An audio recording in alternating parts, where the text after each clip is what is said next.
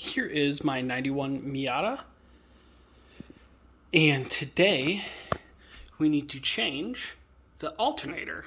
So I got a new one. So it happened, I'm sure you're familiar with what happens when alternator goes bad. The charge light in the dashboard came on, and I went and got it tested. Battery's fine. So is the alternator. If you don't know, in the Miata, the alternator is down here. There's a tube in the way, but it's right there.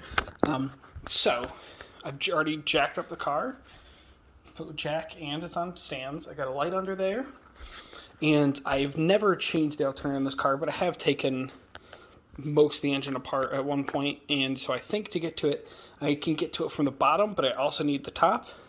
So from the top, I need to take off. I think I can leave this radiator hose on, but I need to take off this air hosing because the tensioner, I believe, is a bolt right up here. Then, so I can get the belt around it, and then from right underneath the car, it is right there.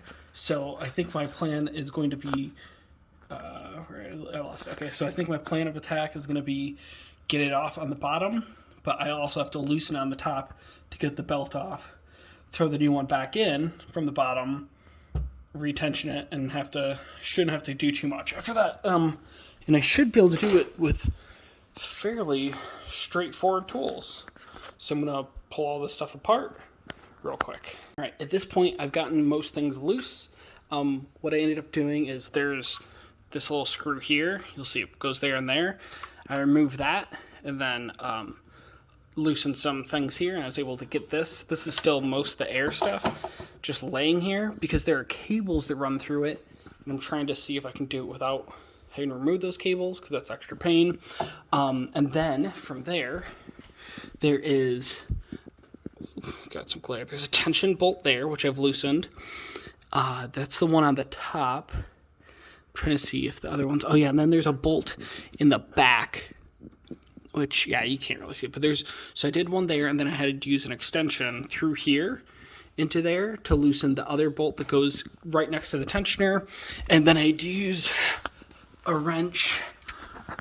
I'd use two, one right there and one right there to loosen this. This is where it pivots, and now it's loose, and I got the cable off of it, so now I just need to loosen this all the way and pull it out. Right? Obviously, this is the old alternator. You can see it's pretty old looking compared to the new one. I was able to get that out using only these tools. Pretty simple. Now that it's out, there's just a big hole there. So now I just have to go and do reverse, put this one in, and I did check. They do appear to be the same, so that's good. And obviously I unplugged the battery before I did any of this work because that's a good way to stay not dead. All right, got the new one in there, everything buttoned back up. It's pretty easy. The tensioner on this system is pretty sweet because it's just a bolt over here. You tighten, and as you tighten that, it pulls the alternator and tightens the belt. So that I've dealt with other tensioners, and they're just terrible. That's pretty simple and cool. It's similar. It's the exact same mechanism you see here. This is the power steering pump, though. Where it's the same idea. You have a bolt here that tightens it, and a bolt there and there that tightens it to the mounting bracket. So you put it in loose, tighten it, and then tighten it down the rest of the way. Got things plugged back in. Then I'm gonna go reconnect the battery, see if it works.